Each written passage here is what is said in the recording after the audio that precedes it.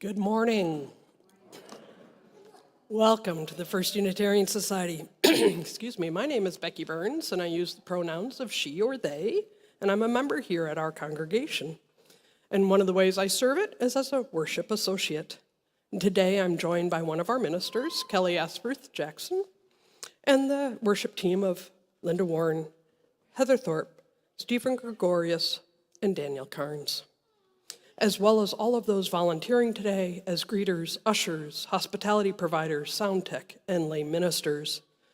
At First Unitarian Society, we question boldly, listen humbly, grow spiritually, act courageously, and love unapologetically. If you are visiting us today, welcome. We're so very glad you're here with us. If you would like more information about First Unitarian Society, please stop by our welcome table located in the Commons. And we also hope that you'll be able to stay and join us for coffee hour immediately after the service. Following the service today, our climate action team will be leading a discussion circle in the landmark auditorium. And for those of you connecting with us virtually today, we're very glad that you're here with us as well. And we hope that you'll be able to take a moment and watch the announcement slides after today's service to learn about some upcoming programs and activities. If you haven't already, you'll be receiving a postcard in your mailbox soon. It'll be coming sometime this week, so please take note of it, sign up in the Commons, and we offer great thanks to Bev for her volunteer crew for arranging their support for this event. And now I invite you to join me in a moment of silence to center ourselves and bring ourselves fully into this time and space as we join together once again in community.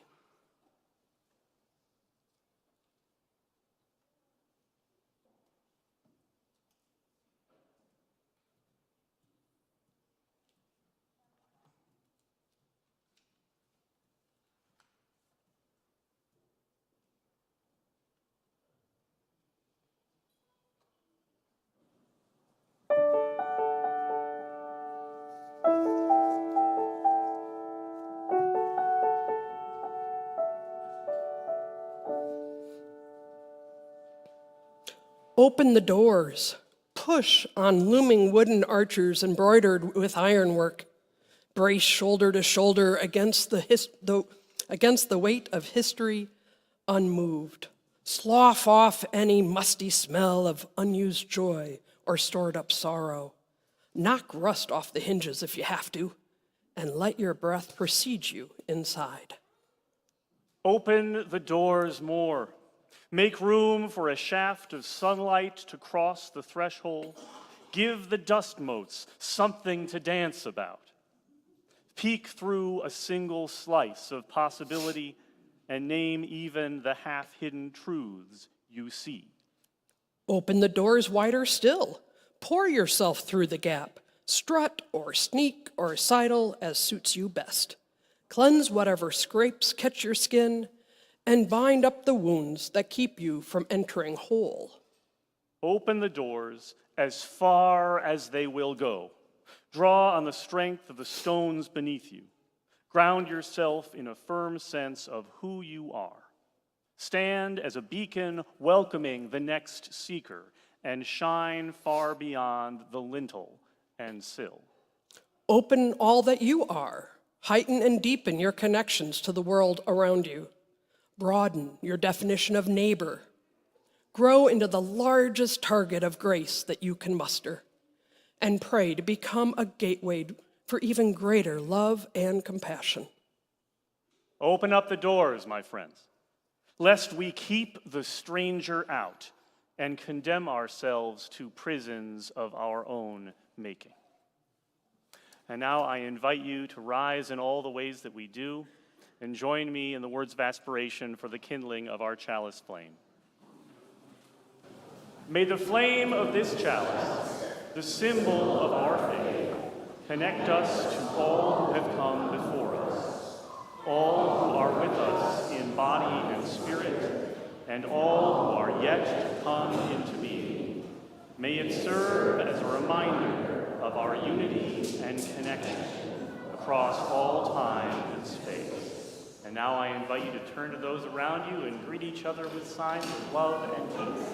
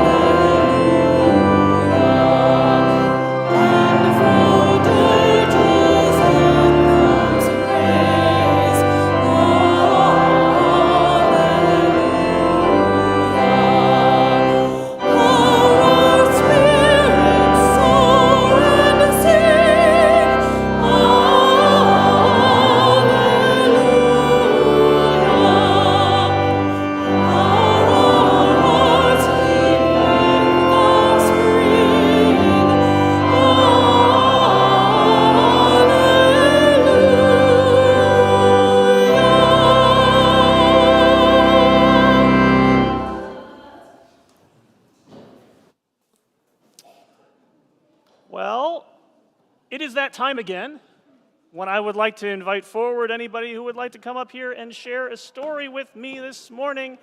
Good morning. Hello. Oh, wow. Those are fancy shoes. Yeah. Well, good morning. It's good to see you today. Indeed. That is not only is that a picture of a crane, it's a picture of the best dancing crane that I could find in all of my time on Google. So it's getting to be spring now, this morning's temperature notwithstanding. Can we think of any signs that we are seeing in the world around us that make us think about how it's spring? Yes. It's actually we saw like a W made out of flowers. The W made out of flowers. Yes, at the university. That is definitely a sign of spring in Madison. You are right about that. Yes. Did you have something? Yeah, flowers are blooming, and it's getting warmer on average. Yes. Making C's out of pretzels. I don't know, but I'm intrigued. I want to know more about this. Yes. Animals coming out of hibernation. Yeah, for sure. Absolutely. What do we have? We care for other people that we love. Hopefully a year-round activity, but also a good springtime activity. Yes. Flowers, I agree. Okay. I said yes. Birds are hatching out of their eggs, out of their shells. Yes. The trees are blooming. They're really blooming right now. Yes.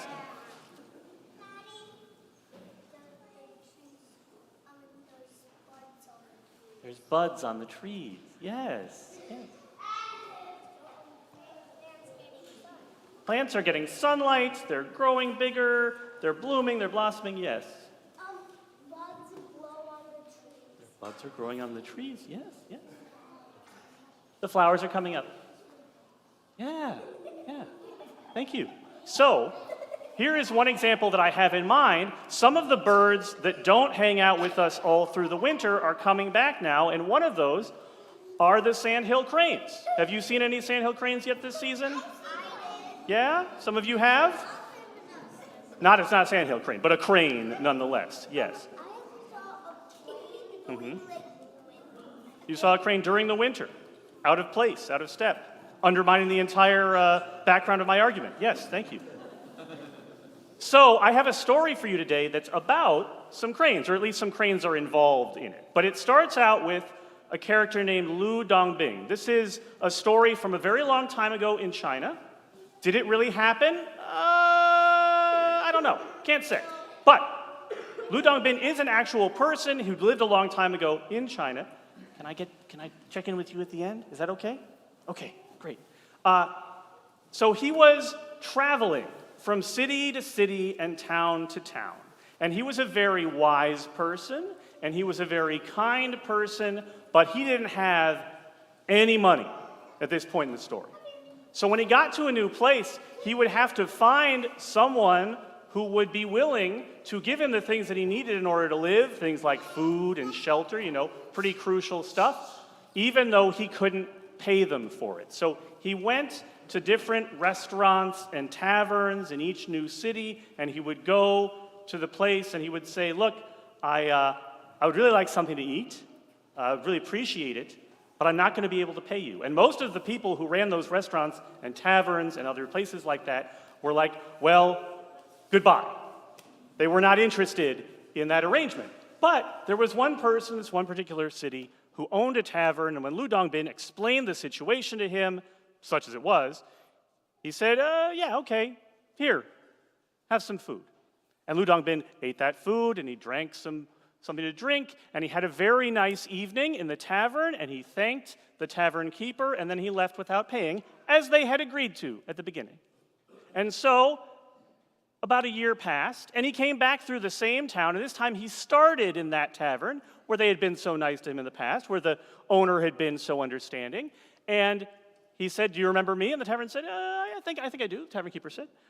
And same arrangement. He ate, he drank, he had a nice time, he didn't pay anything.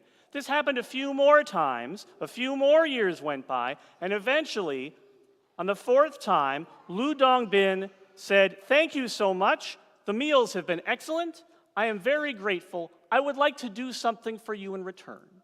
And so he took out a paintbrush, and he went to the wall of the tavern, and he painted a beautiful picture of some cranes on the wall. Big cranes, just like that.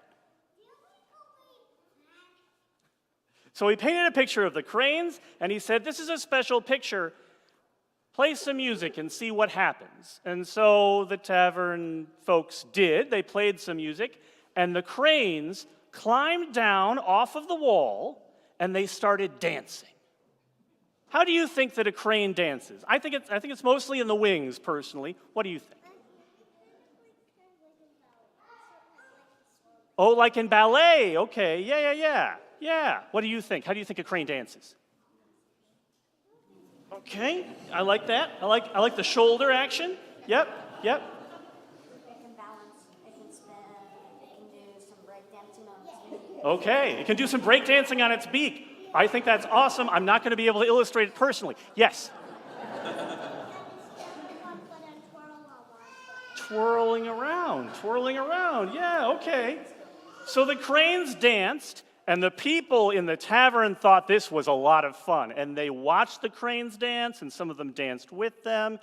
And so Lu Dongbin went back on his travels, but people came to the tavern from all around to see the dancing cranes, to play music and to dance with them, and to just enjoy the food at the tavern, to enjoy the company of other people and the music. And this went on for many years. The tavern became very famous.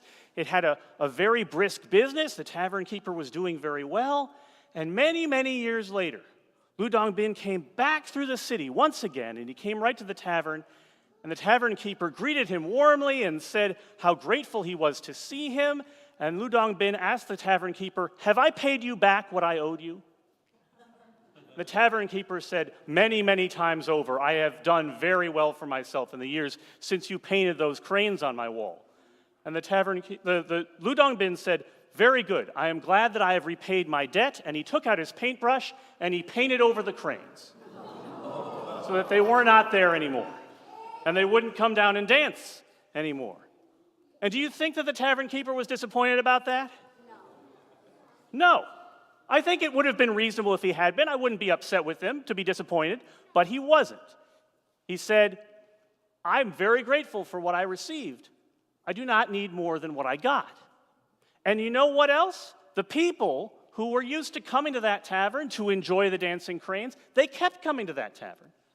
Because in all those years of enjoying the show, they had gotten to know each other and gotten to enjoy each other as well. So it was still worth coming back to that place, even if the cranes weren't there anymore.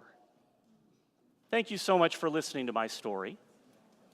We're going to sing a few classes now. Oh, you can make the world so bright, and you can turn the day from night, and share your gifts and spread your light, and learn what you know.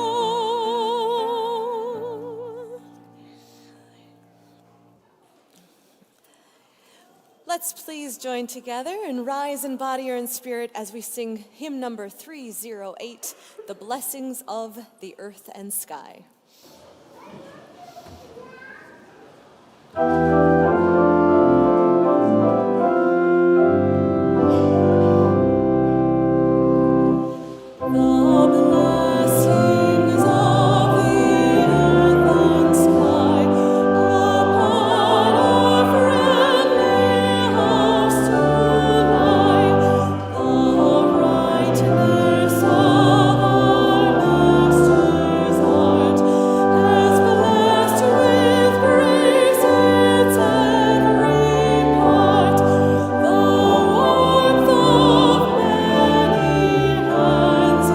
Strength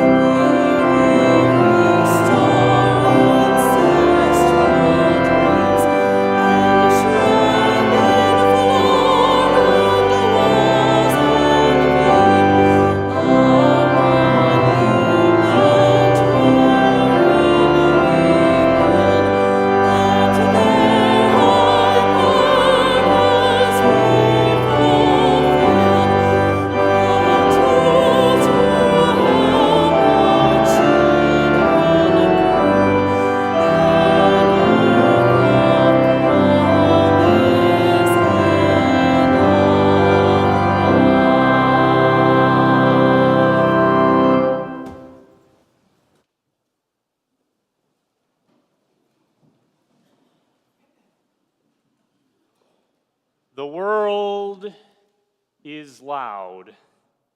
The part of our planet that most human beings live on, the top surface of the Earth's crust, is full of noise. The sounds of wind and water, of animals moving about and calling to each other, the innumerable sounds created by human beings and all our artifice. However, out beyond our planet's atmosphere, into the vast gaps between the stars which compose most of the cubic footage of the cosmos, it is a different story. Waves and particles still fly about. It is beautifully, mysteriously complicated up there. But the human ear is evolved from our environment down here, such that there is very little for us to literally hear in space. In a sense, the world is loud, but the universe is quiet. So now, in order that we might commune for a time with that vast cosmic silence, let us spend this moment together, resting in reverent quiet.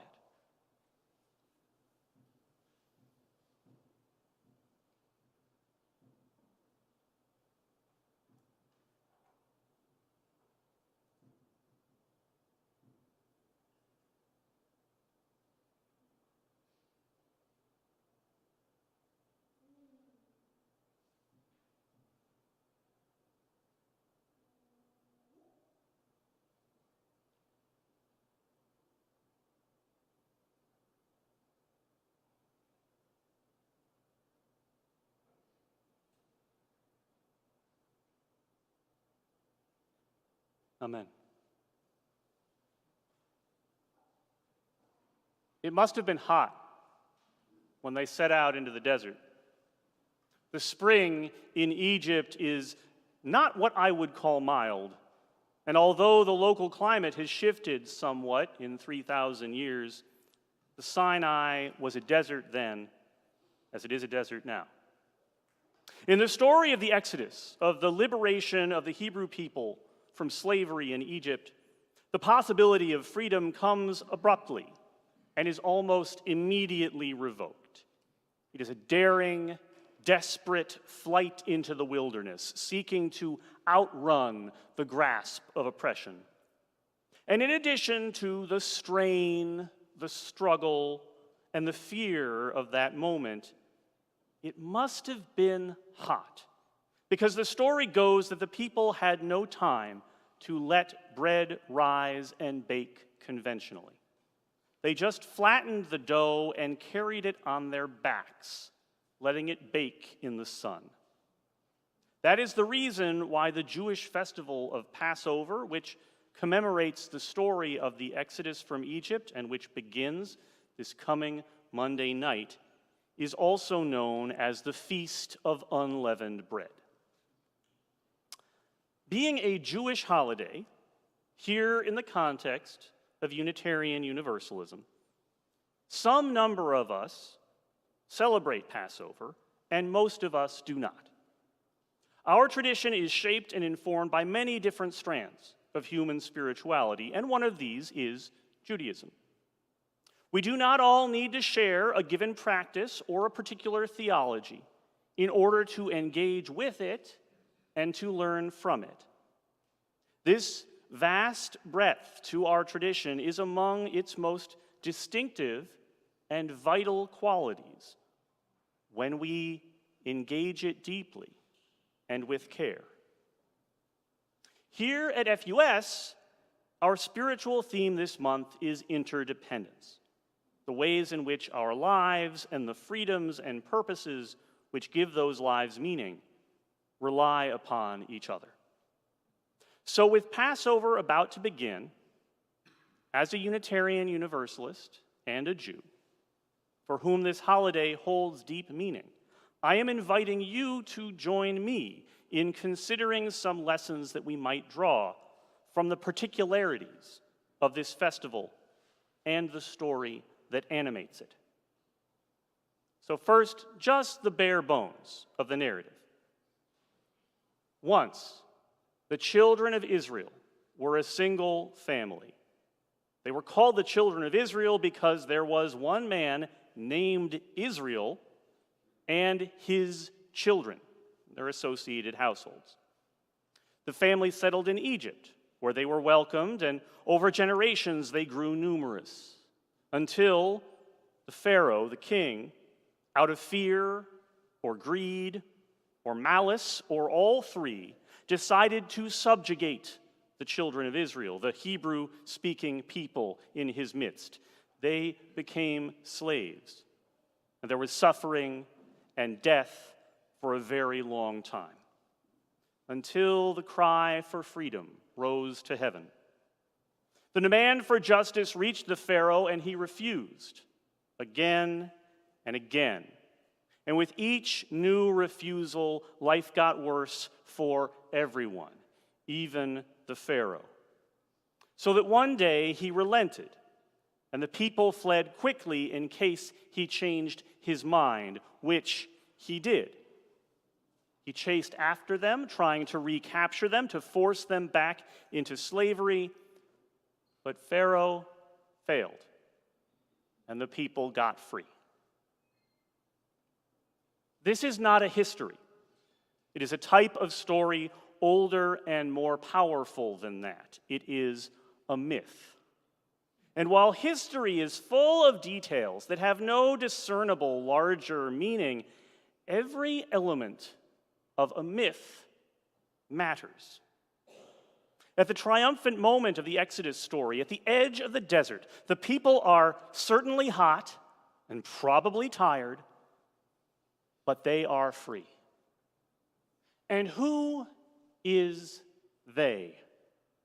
According to the story, the people who left Egypt were a mixed multitude, not just Hebrews, but many other Egyptians besides. Perhaps due to connections of family or other close relationships, maybe just because getting out of Egypt seemed like a really good idea to a lot of people at that moment. There is no freedom in a slave-holding society. There's just the people that you can step on and the people who can step on you. So when they left Egypt, they left as a coalition. This is the central event that Passover celebrates, literally the point at which its signature lack of leavening enters the narrative. And who is it for? A diverse community, not a uniform group, but all sharing in the realized possibility of liberation. Now, the lessons that I have to offer you from this are probably already obvious, about how the struggle for liberation from oppression can unite us across differences and variations. How powerful we can become together when we do not make sameness the precondition for belonging. In the text of the Torah, the central account of this ancient story, the message is incredibly hopeful. The mixed multitude is blessed and embraced. The whole body sets out together with one common good between them, one destiny in front of them. The sad truth is that it does not last. A millennia or two later, it would become relatively common as an idea in Jewish thought to blame certain offenses committed and woes experienced by the many generations after the Exodus on this mixed quality, recasting as weakness or corruption the hallmark of the most transcendently joyful moment in the tradition's very origin story. Now, a lot of people across time and space have buttressed their fears and prejudices with bad theology. That human tendency is not news. So I pointed out not to spoil the hope and possibility of a mixed multitude, not to discourage us from embracing the power of our differences, but to remind us that the scapegoating impulse about anyone and everyone who got here or got over a minute or more after you did is hack material. That joke was played out before the invention of the printing press. Now, from mythology, sometimes mistaken for history, let us move to a matter of history too often misunderstood as mythology. You probably know that the Seder, the ritual meal of Passover, has a ritual plate which holds and displays certain crucial foods important in conducting the meal and telling the story through it. There are 6 elements usually considered traditional, although that tradition actually has a long history of evolution and change.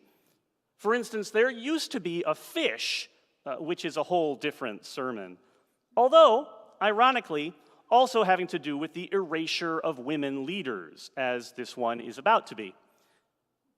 Some number of us have heard this story before, I am sure, of why it is that some people, each Passover, place an orange on their Seder plate. For those of us who haven't, it goes something like this.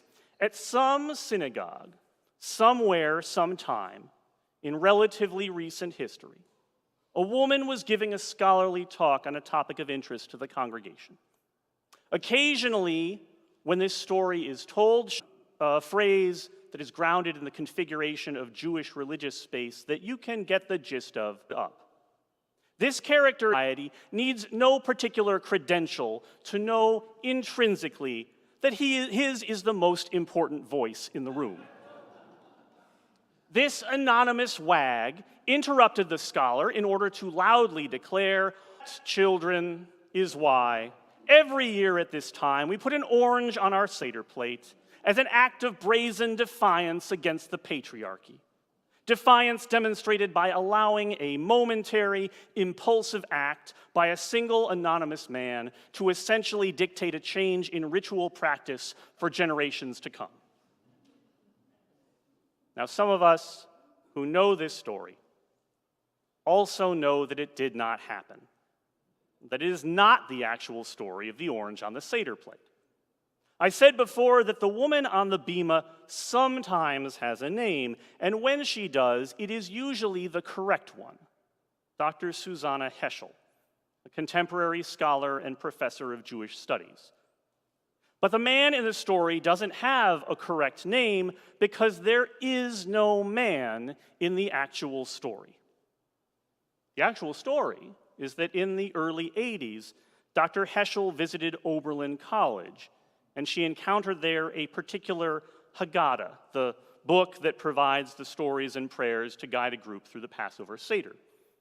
This Haggadah had been composed by a group of students to express their intersecting values of feminism and queer liberation.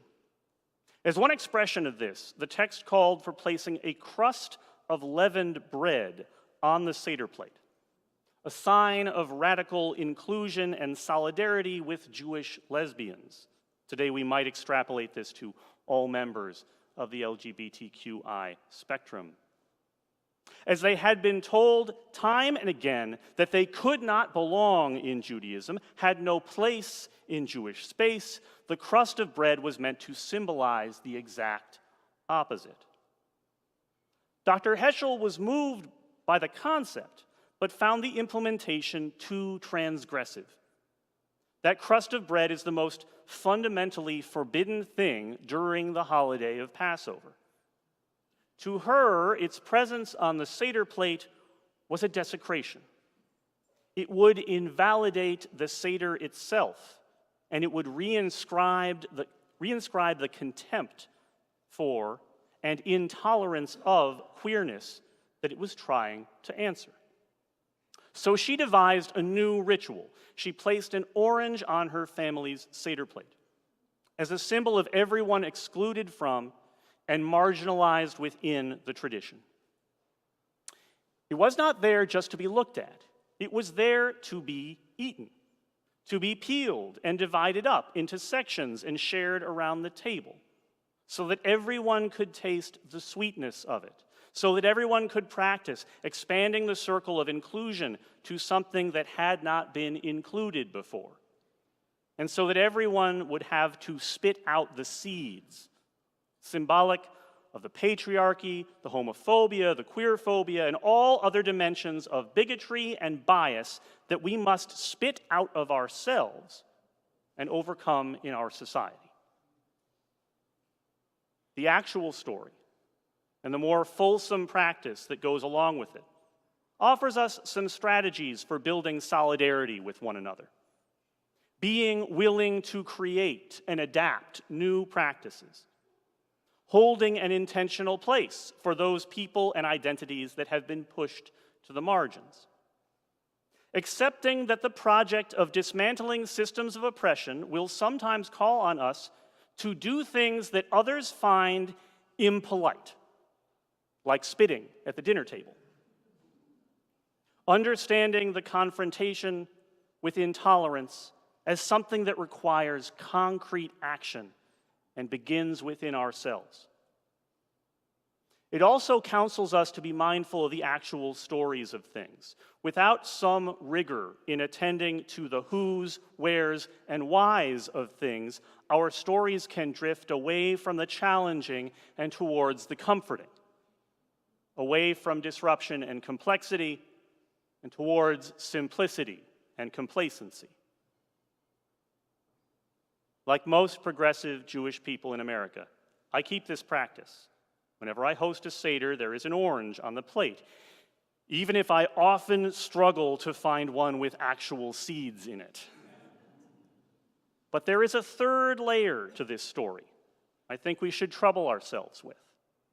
And that is to sit with the question of whether or not the transformation of the crust of bread into an orange was actually the same sort of change as the one that turned a woman scholar's considered innovation into a reflexive reaction to the prejudice of a single anonymous man.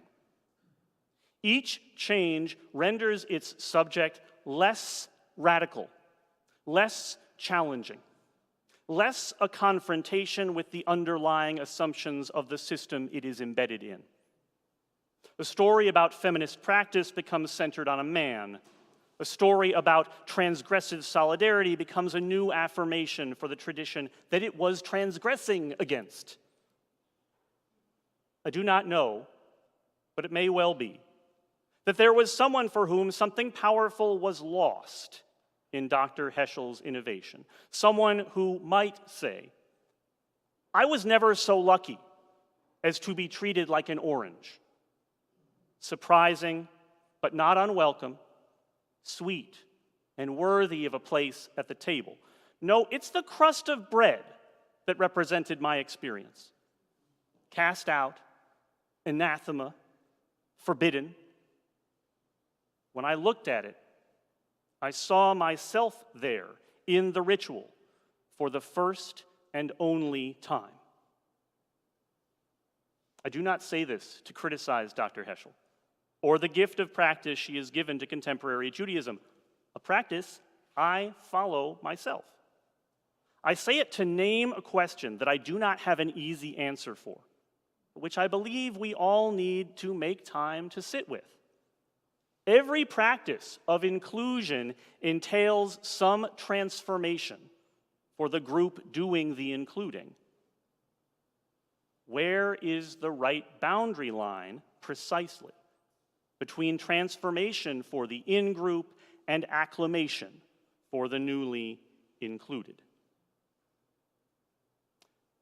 Rounding the bend now, and noticing that this whole message really has been about some of the finer points of Jewish story and practice, I am willing to bet that at least one of you was wondering, what does this actually have to do with me?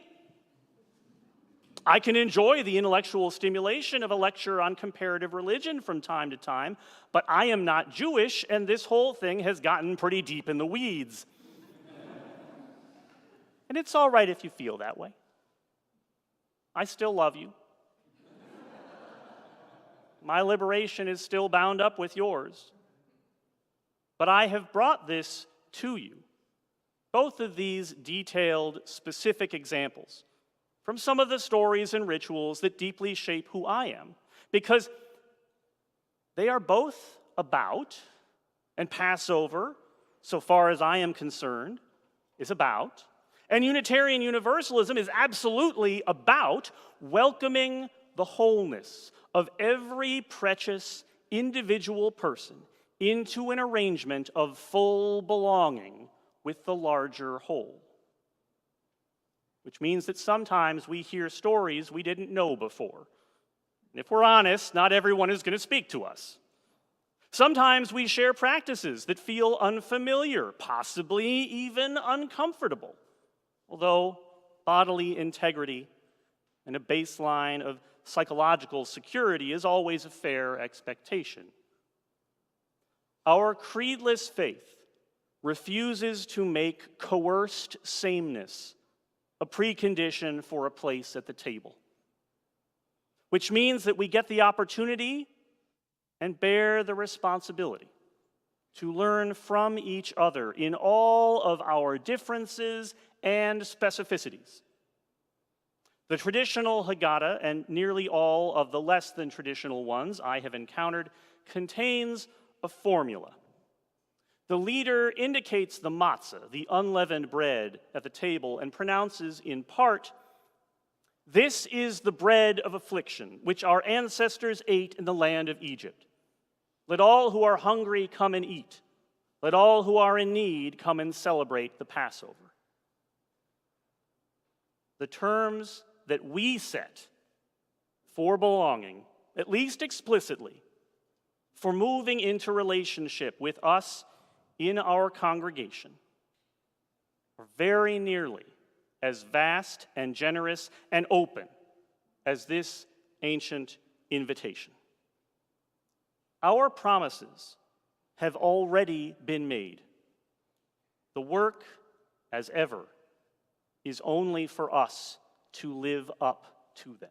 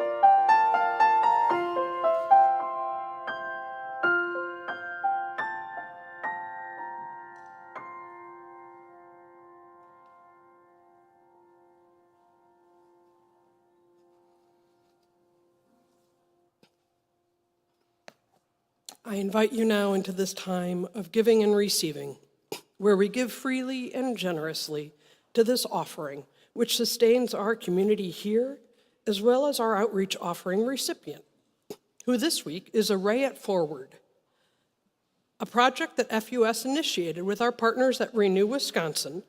Array It Forward provides advice on financing and energy efficiency, as well as seed money for solar energy projects for nonprofit organizations.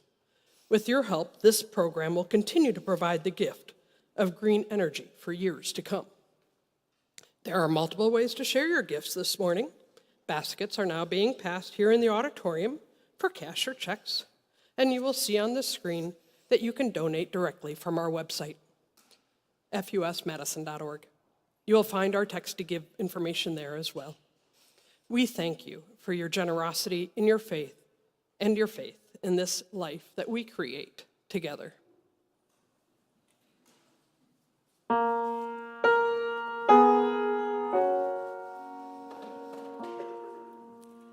Shall we gather by the river, where bright angels' feet have trod, with its crystal tide forever flowing by the throne of God?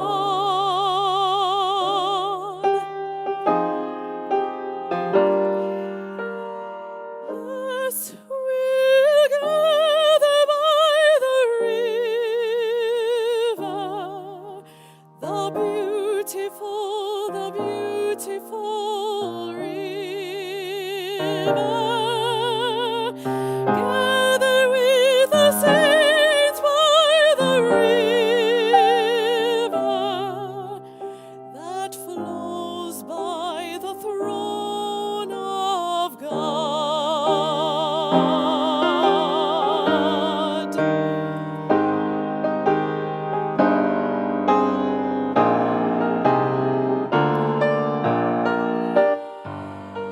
Soon we'll reach the shining river.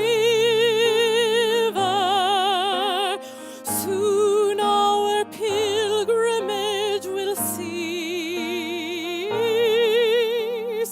Soon our happy hearts will quiver with the melody of peace.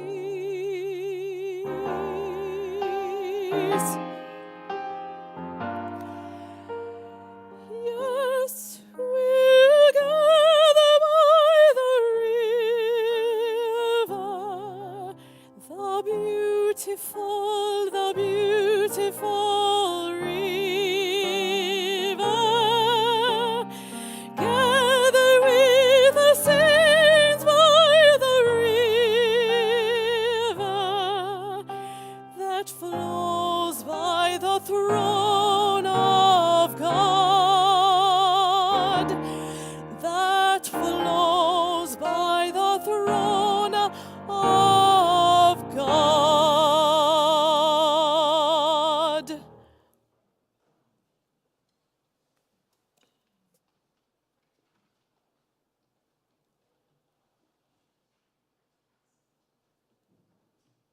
Thanks, Heather, for blowing us away every time you're here.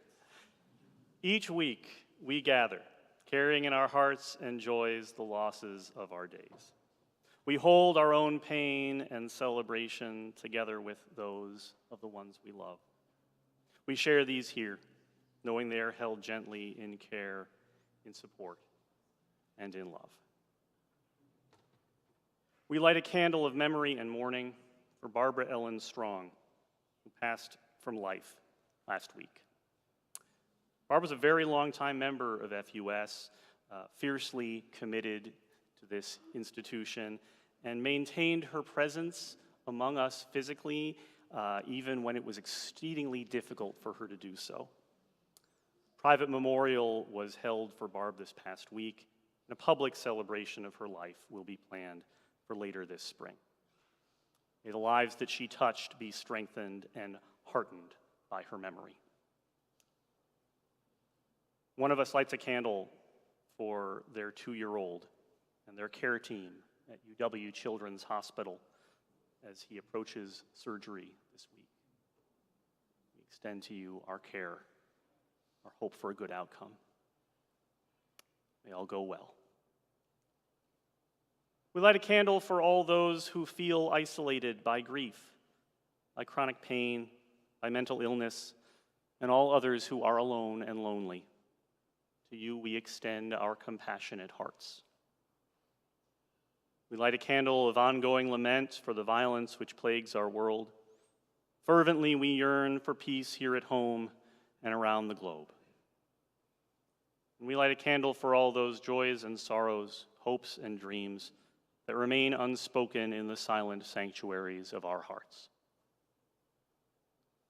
I invite you now to turn with me both inward and outward and join together in an attitude of meditation and of prayer. Now in the season of spring, as the rains fall gently on the angry and the fearful, the joyful and the sad alike, and as the earth gives forth its greenery once more, let us turn our hearts towards those who need our care. We think of those whose faces are now wet with tears in this season of falling waters, whether they be tears of grief, for lights gone out of the world, or tears of pain, for sufferings of others or of their own. May those tears give sustenance to some new possibility, as the spring rains help to melt the snow on the mountaintop and feed the rushing river below. Spirit of hope, current of life that draws us ever onward, teach us to be patient with ourselves and others, and show us courage in our crying. We think also of those who want for the stuff of life in the season of blossoming renewal. May the rebirth of the natural world foretell a rebirth of the human heart as well, a resuscitation of mercy and justice and loving kindness, until to help all who need it is our guiding goal.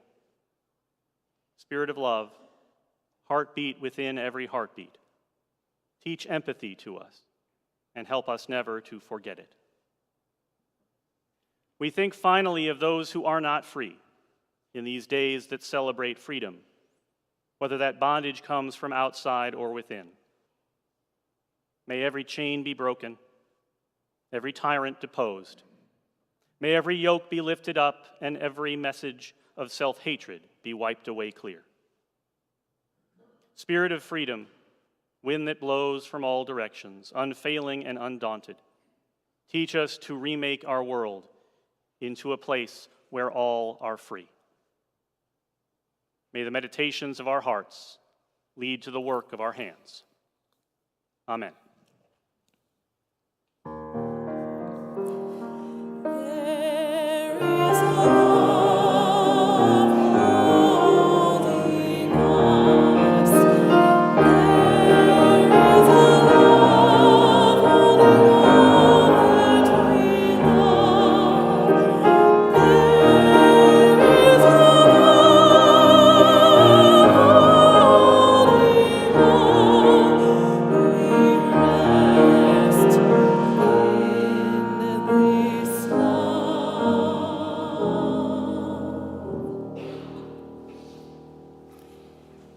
Please rise in body or in spirit as we sing our closing hymn, number 318, We Would Be One.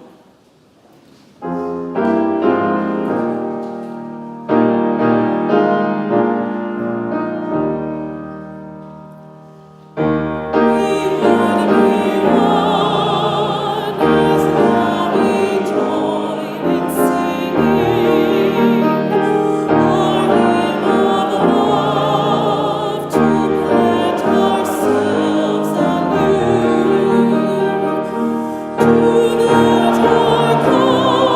our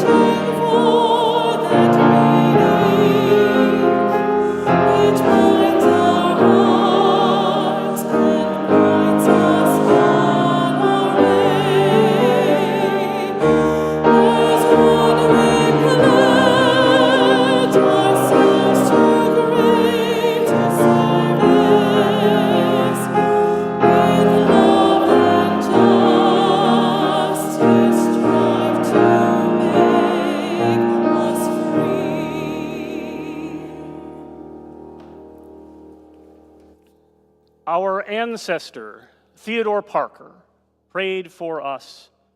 Be ours a religion which like sunshine goes everywhere, its temple all space, its shrine the good heart, its creed all truth, its rituals works of love, its profession of faith divine living. And so I charge you to show your faith by living it. The work of our religion is whatever love demands of you.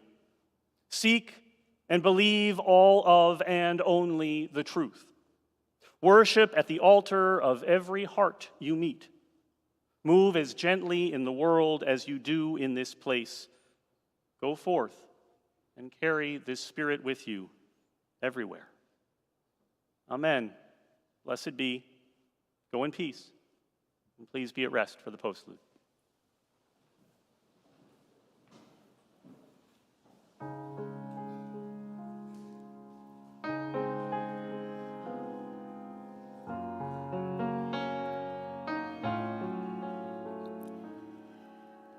Somewhere over the rainbow, way up high, there's a land that I heard of once in a lullaby.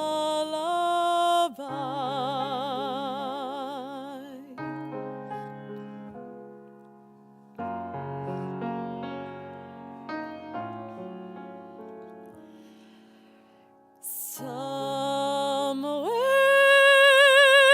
over the rainbow, skies are blue, and the dreams that you dare to dream really do come true. Someday I'll wish upon a star and wake up where the clouds are far behind me, where troubles melt like lemon drops away above the chimney tops. That's where you'll find me. Somewhere over the rainbow, bluebirds fly, birds fly over the rainbow. Why, then why can't I?